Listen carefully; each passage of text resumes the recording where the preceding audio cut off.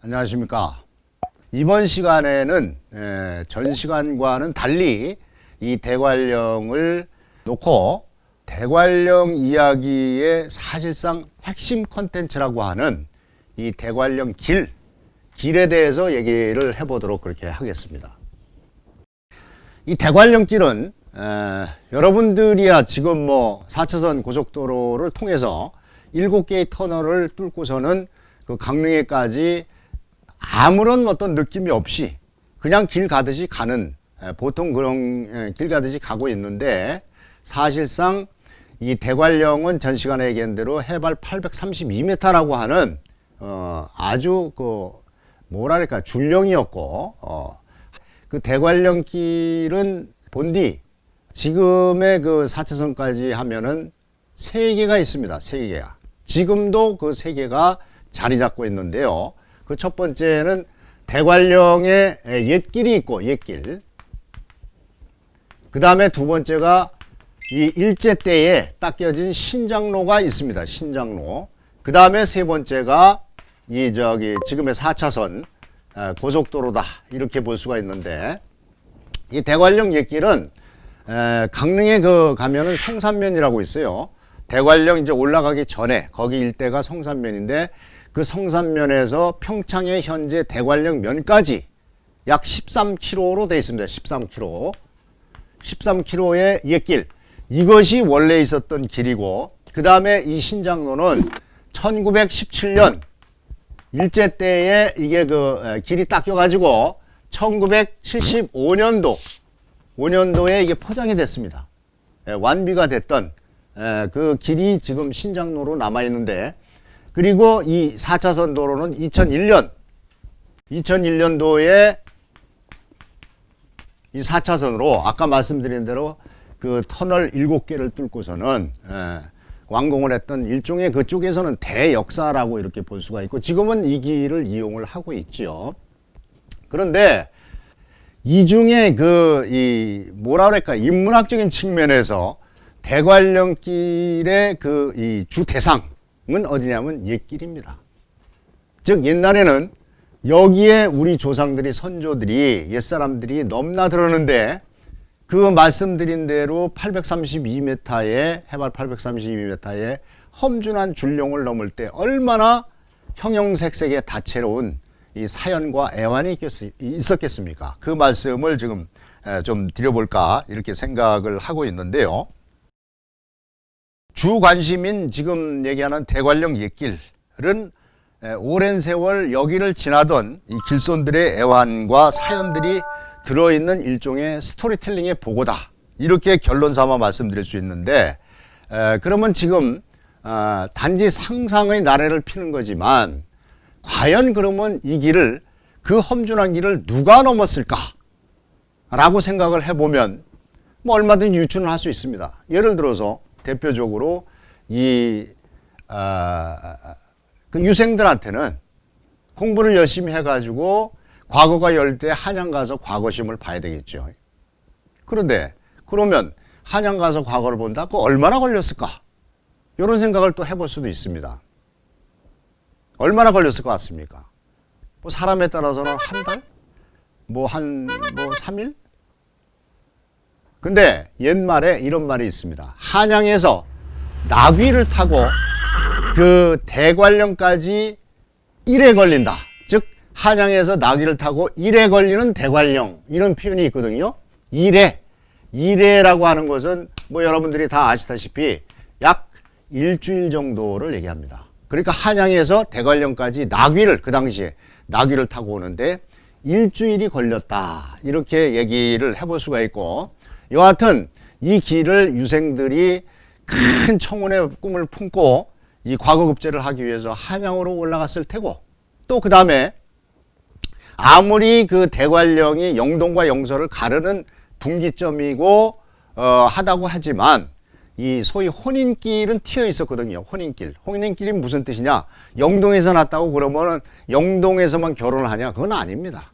영서하고도 이 혼인의 어떤 교류가 있었기 때문에 그걸 혼인길이라고 이렇게 얘기하는데, 그러다 보니까 영동의 새색시가 새색시가 예를 들어서 뭐 영서에 있는 시댁에 간다든지, 예. 아니면 또 반대로 또 있을 수 있고 해서 그 새색시가 곱게 차려있고 그 험준한 대관령을 넘었을 수도 있고, 또 하나 우리가 지금은 좀 생소하지만 이 대관령에 지난 시간에도 얘기했듯이 기상이변이 심하고 이러다 보니까 눈이 많이 내렸어요. 눈.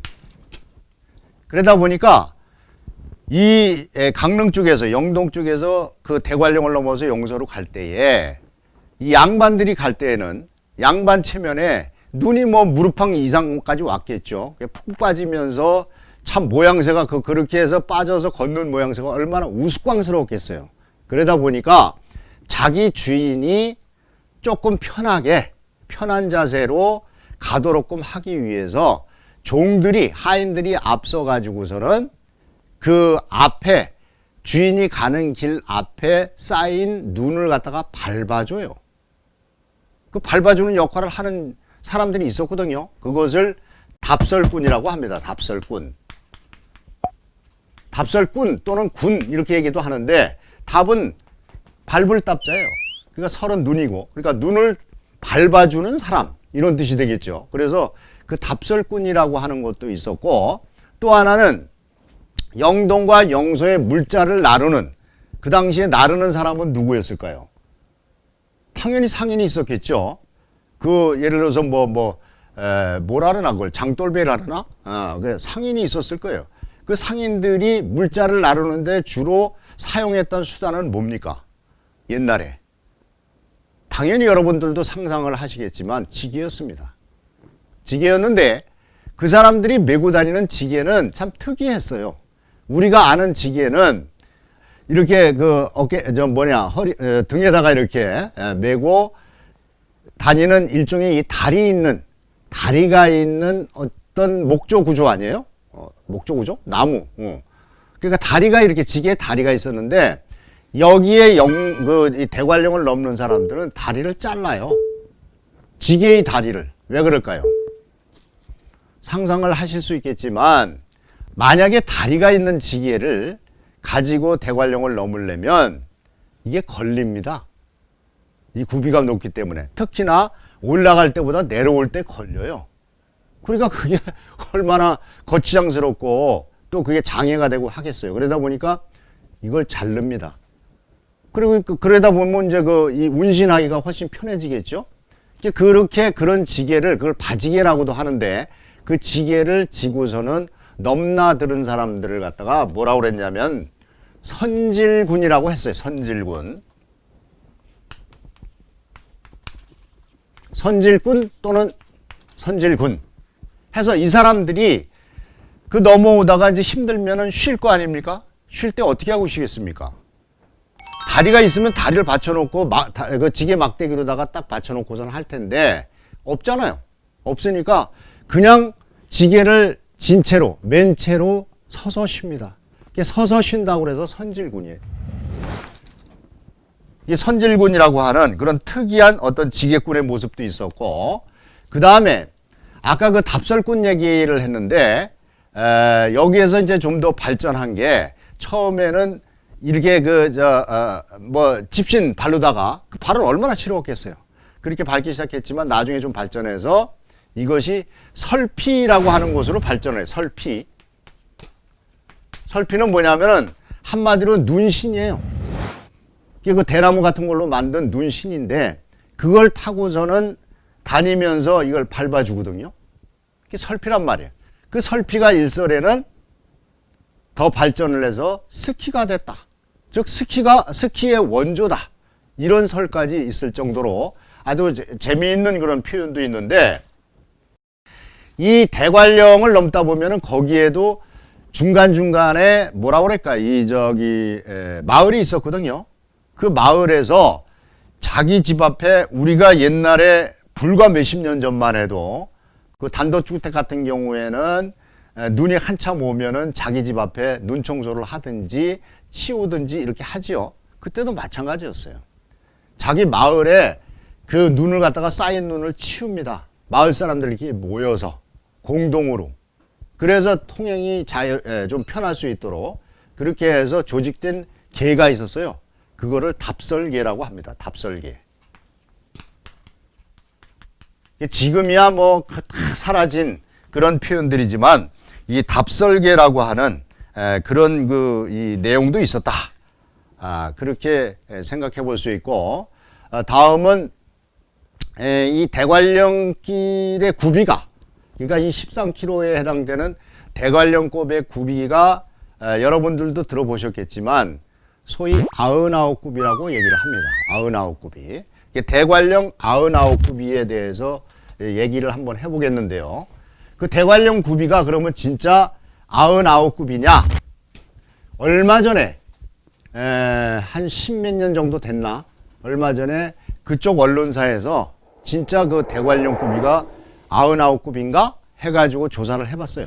그랬더니 103굽이가 나왔습니다. 103굽이가. 근데 대관령 구비가 99굽이다라는 말과 관련해서는 아주 재미있는 그 이야기가 내려오고 있는데 율곡과 관련된 얘기입니다.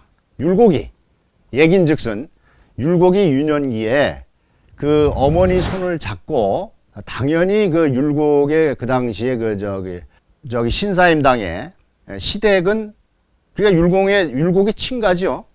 친가는 한양 쪽에 있었죠. 뭐 파주라고도 얘기를 하지만 그 당시에 그 시어머니는 서울 종로에 있었거든요. 거기서 할 때 이제 당연히 그 시댁에도 율곡 사임당의 시댁에도 갔을 거고 그때 율곡을 데리고 대관령을 넘는데 당연히 그 험준한 어린아이가 거기를 넘는데 얼마나 떼를 쓰고 안 가려고 하고 힘들어하고 했겠어요. 그걸 미리 사임당이 감을 잡아가지고 하인을 하나 시켜서 이 곶감, 그 당시에는 뭐 먹거리로는 간식거리로는 곶감이 최고였겠죠. 애들한테 그 곶감을 미고 따라오도록 했습니다. 그때의 그 민 곶감이 몇 개였을까요? 한 접이었습니다. 한 접. 한 접은 지금식으로 따지면 100개입니다. 100개.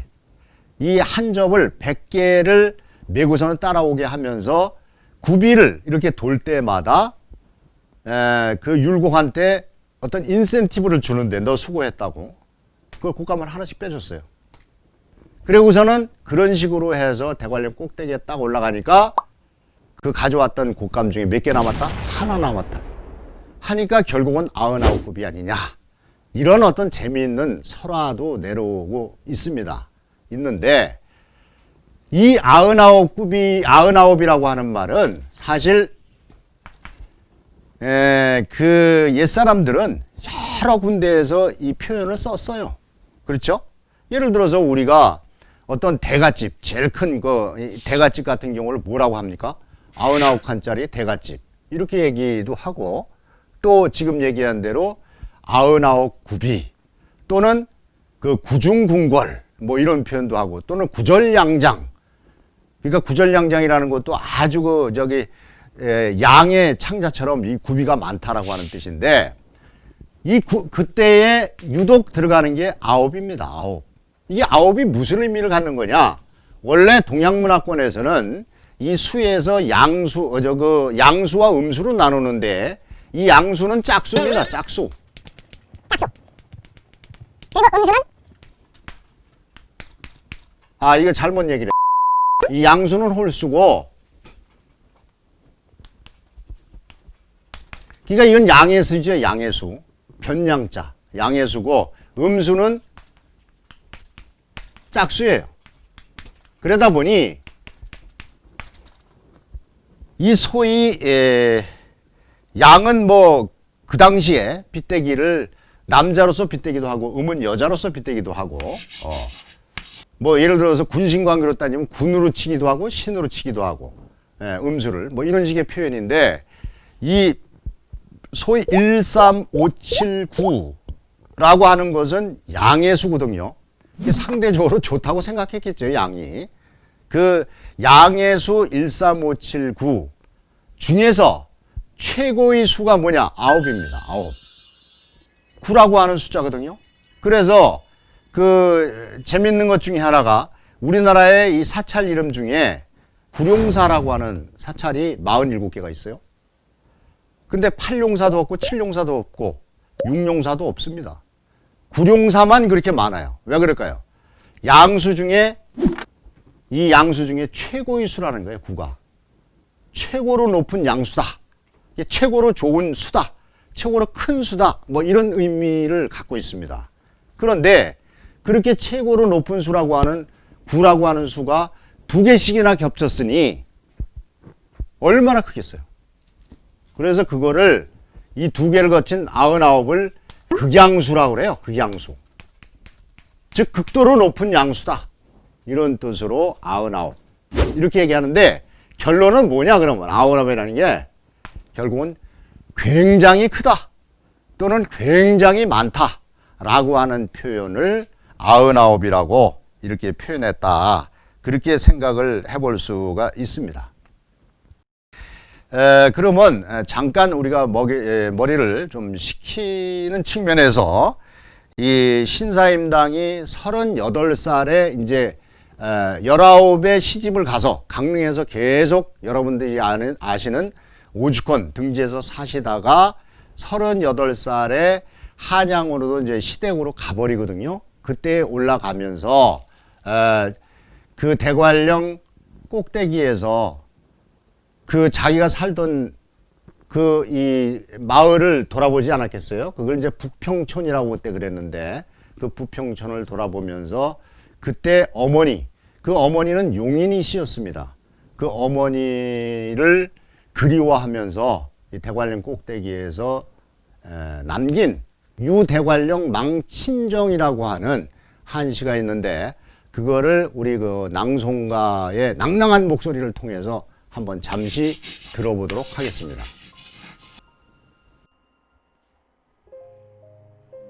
대관령에서 친정을 그리며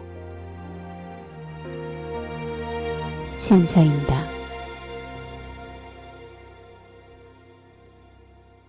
늙고 인자하신 내 어머니, 고향 이명에 남겨두고 외로이 한양으로 향하는 어지러운 이내 심사여, 내 살던 북촌 땅 바라보니 그저 아득하고 망연하기만. 저무는 저 푸른 산 위로는 흰 구름만 하염없이 날아내리네.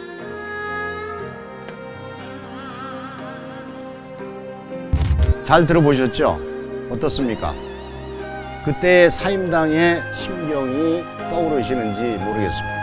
다음에 이어서 이 대관령과 관련된 이 강릉 지방의 그 사투리에 대해서 좀 말씀을 드려보겠는데, 마지막으로 이 대관령의 옛길과 관련해서 앞거는 고형산이라고 하는 분의 얘기인데, 이게 무슨 얘기냐면은, 그럼 대관령 옛길을 도대체 어떻게 닦았냐, 누가 닦았냐 하는 문제를 생각해 볼 수가 있는데, 그 얘기를 하기 위해서 이 고형산이라고 하는 인물을 얘기하지 않을 수가 없습니다.